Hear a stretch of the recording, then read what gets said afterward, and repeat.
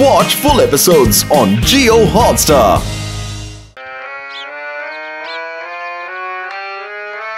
Sa re ga ma pa pa pa আপা করে চেঁচাচ্ছিস কেন বদা? পায়ে ঝিঝি ধরে গেছে মেজো, আমাকে একটু টেনে তোল না।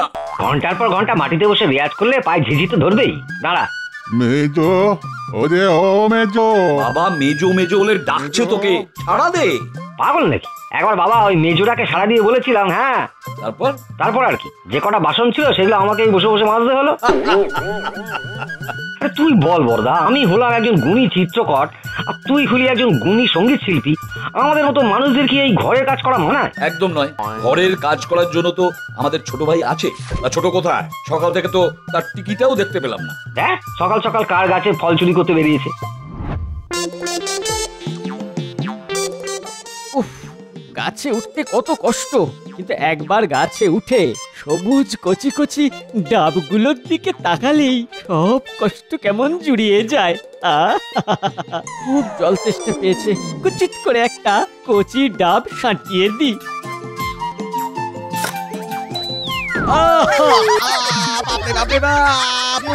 মরে গেলুম। এর নিশ্চয়ই কাকের কাণ্ড। ও তুই, এই হত ছাড়া ছেলে, তুই আবার আমার গাছের ডাব চুরি করতে উঠেছিস। দাঁড়া দাঁড়া দাঁড়া, আমি আজই তোর দুই দাদার কাছে তোর নামে নালিশ করবো। দাঁড়া। তাহলে তো বাড়িতে আবার কুরুক্ষেত্র কাণ্ড বেঁধে যাবে। একদম নয়, একদম নয় বুড়ো। কেন নালিশ করবে? কেন নালিশ করবে? আমি কি তোমার গাছে চুরি করতে উঠেছি নাকি? তাহলে কি করতে উঠেছিস শুনি? আমি এই উঁচু গাছে উঠেছি গ্রামের মানুষজনকে দেখবো বলে। ওই তো জমিদার মশাই হেঁটে যাচ্ছেন, ওই যে কুমোর ভাই হাড়ি তৈরি করছে। এবার ভালোই গাছ থেকে নেমে আয় বলছি, না হলে চোখ খুলে দেখবি কবিরাজ তোর চিকিৎসা করছে। নেমে আয় বলছি, নেমে আয়। আমাকে হুমকি দিচ্ছ বুড়ো? আমি যখন একবার গাছে উঠেই পড়েছি তখন খালি হাতে নেমে আসলে ঠাকুর পাপ দেবে। দাঁড়াও বুড়ো, তোমাকে কটা কচি ডাব পেড়ে দি। এই নাও ধরো। ওরে বাবা রে মারে, আমার আজ তো মাথায় থাক রে বাবা রে।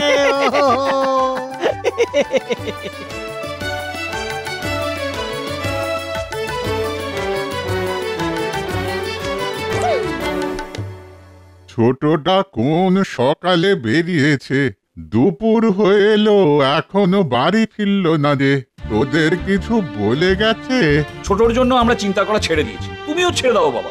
অমন বাঁদর ছেলে হাজারে একটা হয়। বাবা ওই ছোটর জন্য কিন্তু আমাদের ওই দুই ভাইকে রাস্তাঘাটে অনেক কথা শুনতে হয়। হ্যাঁ বাবা, আমরা দুজন হলাম শিল্পী মানুষ, এই গ্রামে আমাদের একটা সম্মান আছে, আর আমাদের ছোট ভাইটা হয়েছে একটা চোর। আহা, নিজের ভাইকে অমন করে বলতে নেই রে। বড়দা ঠিকই বলেছে বাবা, ওই চোরকে চোর বলবে না তো কি সাধু বলবে?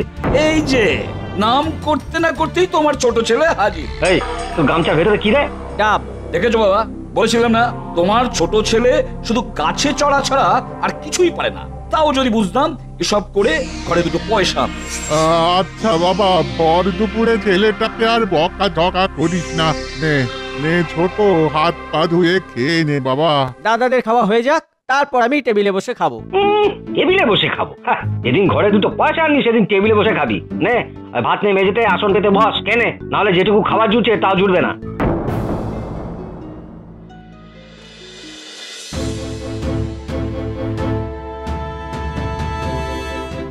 জোর একদিন তুই আমার একদিন, আমার গাছের ডাব চুরি করে আমি পার করছি। হ্যাঁ, আজ বেটা ঠ্যাং ঘোড়া করে দেবো। শুধু কি ডাব, ও আমার গাছের আমও পেড়ে নিয়ে যায়। আজ আমিও ওকে ছাড়বো না, কিছুতেই ছাড়বো না।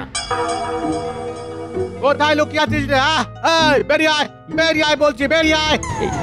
এবার কুরুক্ষেত্র শুরু হবে, তার আগে পেট ভরে খেয়ে নি বাবা। এত চেঁচামেচি কিসের? কি হয়েছে? আপনারা চেঁচাচ্ছেন কেন? চেঁচাবো নাকি ধেই করে নাচবো? আপনার গুণধর ছোট ছেলে আমার নারকেল গাছে উঠে সব ডাব পেড়ে নিয়েছে। শুধু ডাব নয়, আমার গাছের আমও পেড়েছে। দেখেছো বাবা, বলেছিলাম না ও একটা চোর। আপনারা শান্ত হন। ছোট ছেলের হয়ে আমি ক্ষমা চাইছি। আপনারা দয়া করে আমাকে ক্ষমা করে দিন। তোমরা দুই ভাই তো গুণী মানুষ, তোমাদের ছোট ভাইকে হাত ধরে গান বাজনা, তারপরে ছবি আঁকা এসব একটু শেখাতে পারো তো নাকি? হ্যাঁ, তাহলে অন্তত আমাদের গাছের আম জাম কাঁঠালগুলো একটু বেঁচে যেত। দেখেছিস দাদা, দেখেছিস ওনারা আমাদেরকেও কথা শোনাতে ছাড়ছে না। এবার তুই একটা কিছু কর। অনেক হয়েছে। আজ থেকে আমাদের ছোট ভাই আপনাদের গাছে চড়া তো দূরে থাক, বাড়ির চারপাশেও ঘেসবে না। ওকে আমরা গ্রাম ছাড়া করব, এই কথা দিলাম। দেখি দেখি তোমার কথার কেমন দাম। কই হে, এই চলো চলো সব চলো, চলো চলো চলো চলো। ঠিক বলেছিস দাদা, ওই ছোটকে গ্রামে রাখলে আমাদের সম্মান ওই কমবে বই বাড়বে না। বাবা, তুমি ওর হাতে কিছু টাকা পয়সা ধরিয়ে দিয়ে ওকে কাল ভোরেই এই গ্রাম ছেড়ে চলে যেতে বলো। না না না, বাবা হয়ে আমি বলতে পারবো না। বলতে যখন পারবে না তখন একটা সমাধান বার করো, নাহলে কিন্তু আমরা ওই দুজন ওই ছোট সঙ্গে আর থাকবো না, এই বলে দিলাম। এইভাবে তো আমার সংসারটা একেবারে ভেঙে যাবে। বাবা হয়ে তিন ছেলের মধ্যে মিল করিয়ে দিতে না পারলে যে আমার কিছুতে শান্তি হবে না। কিন্তু কিন্তু কিভাবে ওদের মধ্যে যে মিল করাবো? দুই ছেলে মনে করে তাদের ছোট ভাইয়ের মধ্যে কোনো গুণই নেই। যে করেই হোক আমাকে সবার সামনে ছোটকে গুণী প্রমাণ করতে হবে, করতেই হবে। এই তো এই তো এই তো একটা পথ পেয়েছি মনে হচ্ছে।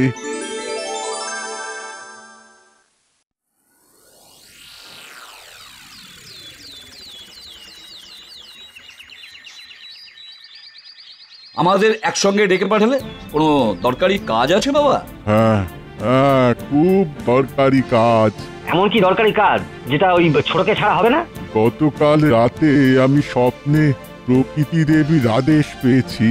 আদেশ অনুসারে ঠিক এই জায়গায় 2 মাসের মধ্যে একটা মন্দির করে প্রকৃতি দেবীর মূর্তি প্রতিষ্ঠা করার কথা দেবী আমাকে বলেছেন, এবং বলেছেন যে এই কাজ যেন আমার 3 ছেলে একসঙ্গে মিলে করে।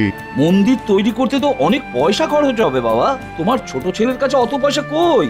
আমার কাছে পয়সা নেই, কিন্তু শক্তি আছে। মন্দির তৈরির জন্য আমি গায়ে গতরে খেটে খুব পরিশ্রম করব বড়দা।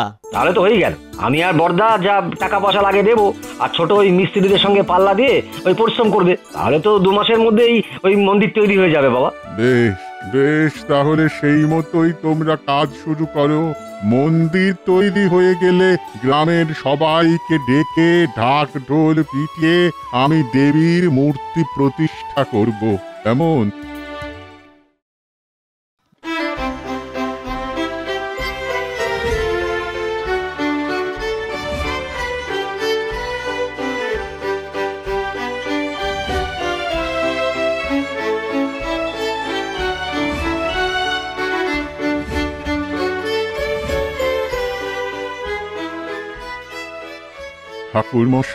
ঠাকুরমশাই, স্বপ্নে পাওয়া আদেশ আমি পালন করেছি। 2 মাসের মধ্যে আমার 3 ছেলে এই মন্দির তৈরির কাজ সম্পন্ন করেছে। এবার আপনি পুজোর মাধ্যমে প্রকৃতি দেবীর মূর্তি প্রতিষ্ঠা করুন। বেশ বেশ, এবার আমি যজ্ঞ করে দেবী মূর্তির প্রতিষ্ঠার কাজ শুরু করব। কিন্তু তার আগে ওই যে লাল কাপড়টা, ওটা মন্দিরের একদম চূড়োতে একটু বেঁধে দেওয়ার ব্যবস্থা করুন। মন্দিরের চূড়া যে অনেক উঁচুতে ঠাকুর মশাই, অত উঁচুতে উঠবো কেমন করে? মন্দিরের চূড়োয় ওই লাল কাপড়টা বেঁধে দেওয়াই তো পুজোর রীতি। এটা না হলে দেবী মূর্তির প্রতিষ্ঠা কি করে হবে বাবা? আচ্ছা, এখানে আপনাদের মধ্যে কেউ উঠে এটা বেঁধে দিলে হবে কি? কেউ পারবেন? পাগল নাকি? অত উঁচুতে উঠে তারপর ঠ্যাং ভেঙে ঘরে বসে থাকি আর কি। দুঃখিত, তাহলে তো এই মন্দিরে মূর্তি প্রতিষ্ঠা সম্ভবই নয়। আমাকে ক্ষমা করুন। সে কি করে হয়? এত পয়সা খরচ করে আমরা 2 ভাই মিলে মন্দির তৈরি করলাম, তারপরে মূর্তি প্রতিষ্ঠা হবে না? তোরা 2 গুণী ভাই মিলে অনেক টাকা পয়সা দিয়ে মন্দির প্রতিষ্ঠা করেছিস মানছি, কিন্তু তোদের থেকে আমার ছোট ছেলেটাও কিন্তু কম গুণী নয়। কিরে ছোট, পারবি? হ্যাঁ, তুই তো গাছে চড়তে পারিস রে। পারবি না এই লাল কাপড়টা মন্দিরের চূড়োয় উঠে বেঁধে দিয়ে আসতে? হ্যাঁ বাবা, খুব পারবো।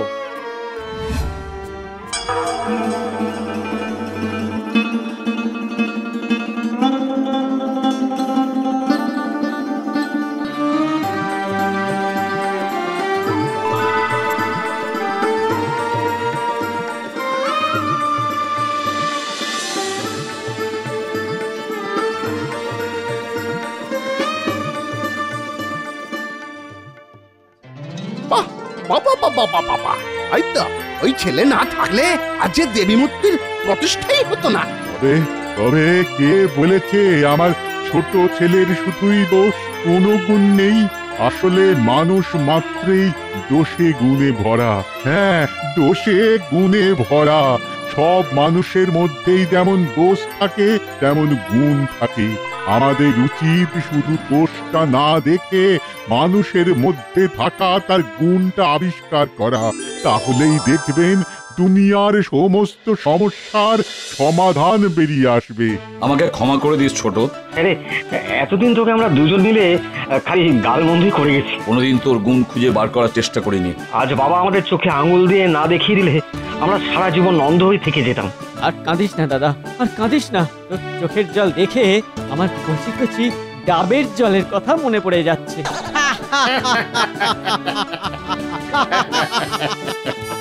এরপর থেকে ওই পরিবারের 3 ভাই সুখে দুঃখে একসঙ্গে থাকতে শুরু করলো।